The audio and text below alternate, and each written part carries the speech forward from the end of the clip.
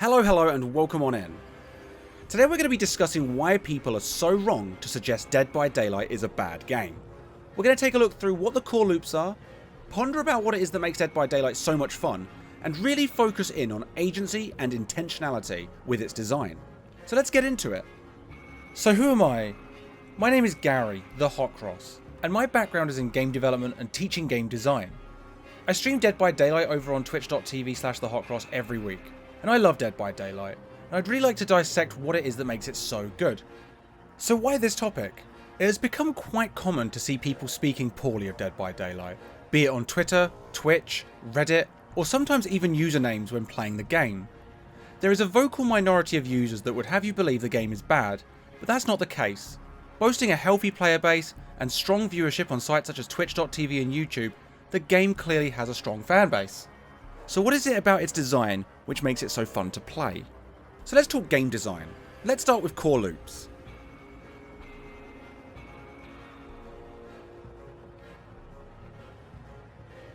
What is a core loop? Carlo Fabricatore defines it like this. We can define core gameplay as the set of activities that the player will undertake more frequently during the game experience, which are indispensable to win the game.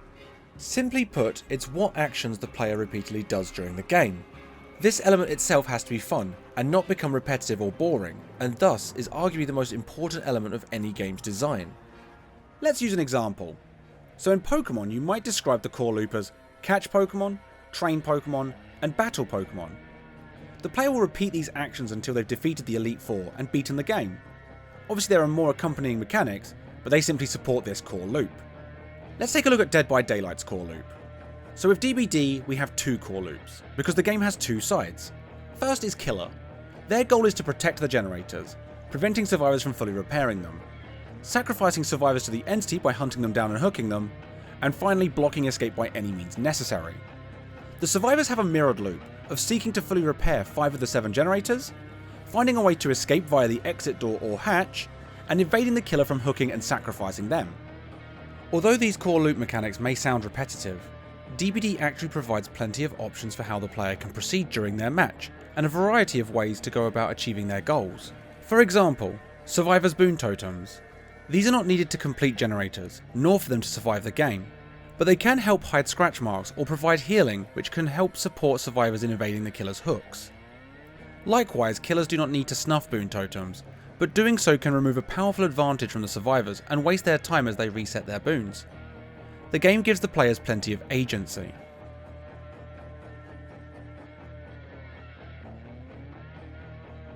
Janet Murray's writings help us define agency within gaming as the satisfying power to take meaningful action and see the results of our decisions and choices. She goes on to suggest that it is this feeling of agency that is central to enjoyment of digital media. An example could be Until Dawn. Understand the palm of my hand, bitch. Every choice you make in that game can impact the world, narrative, and overall ending you receive. In DBD, your agency and the choices you make can affect the outcome of each match in a different way. So a survivor can choose to do generators, cleanse totems, set up boons, open chests, unhook teammates, and more, whilst killers can choose to patrol, defend generators, break doors, put down traps, hook survivors. Basically there's a whole lot to keep both sides busy. The trouble with these choices is they aren't terribly interactive with the other side. They're mostly linear and players mostly have very simple options within them, for example wiggling, looking for a hook, or hitting skill checks. They lack interactivity, which the looping element grants. Just to clarify one thing, what I mean by looping here is specifically the interactions between killers and survivors during a chase, not to be confused with the phrase core loop, as discussed in the prior chapter, which refers to the repeated actions a player does during gameplay. So to summarise thus far, DBD has a very simple core loop, and a variety of ways for players to make choice and have agency within the game, but the greatest amount of interactive choice takes place during loops, between the killer and survivors.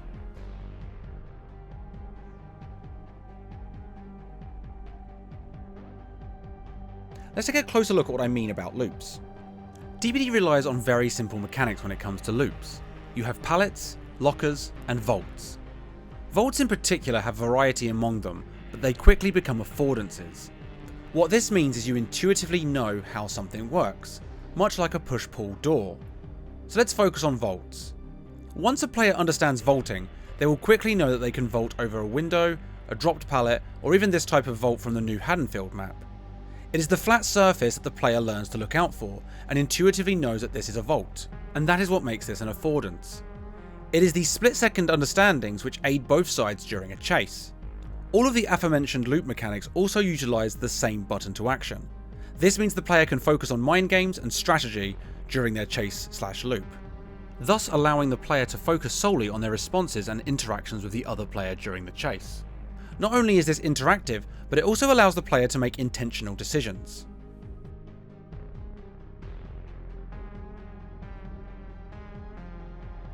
Back in 2017 during a GDC talk, Steve Lee described intentionality as making conscious choices with specific goals and expectations in mind.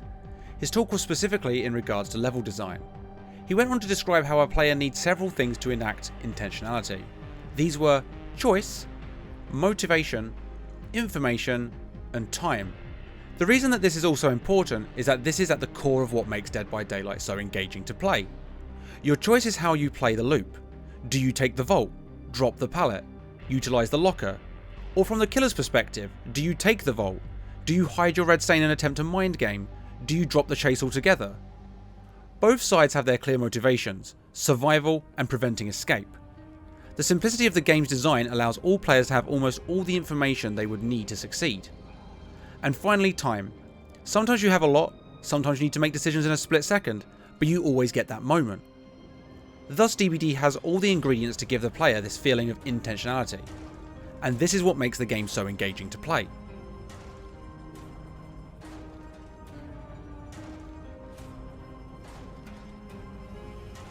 When discussing what it is that makes video games so engaging, we need look no further than the writings of Mark Prensky. On the topic of what makes games engaging, they describe 12 elements. Some we have already discussed, such as goals and interactions.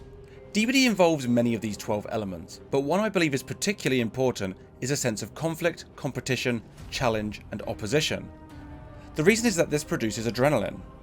Adrenaline stimulates the release of dopamine into our nervous systems, which can affect our moods, increasing our feeling of well-being and improve our focus.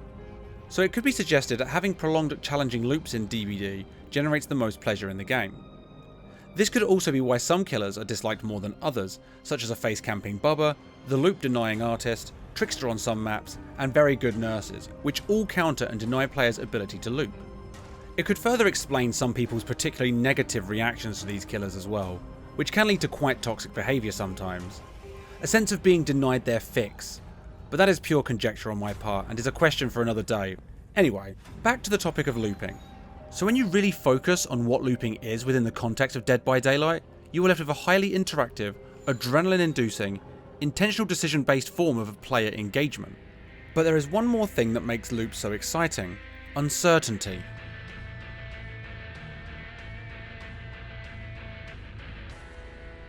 Dead by Daylight is filled with random factors, which can affect how quickly you find yourself being chased, or even which loops are available to the player.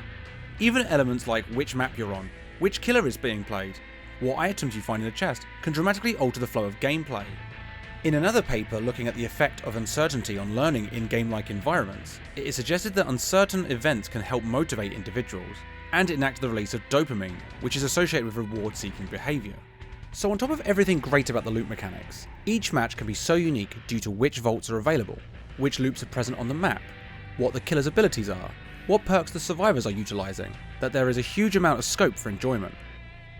This is why the game has so much replayability, and so many players have an enormous number of hours and still enjoy the game daily.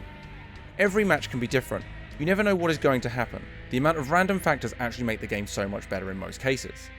This core loop, which includes such strong interactions between the killer and survivors, is what makes the game so exhilarating and engaging. With this in mind, this is why people are wrong to say Dead by Daylight is a bad game.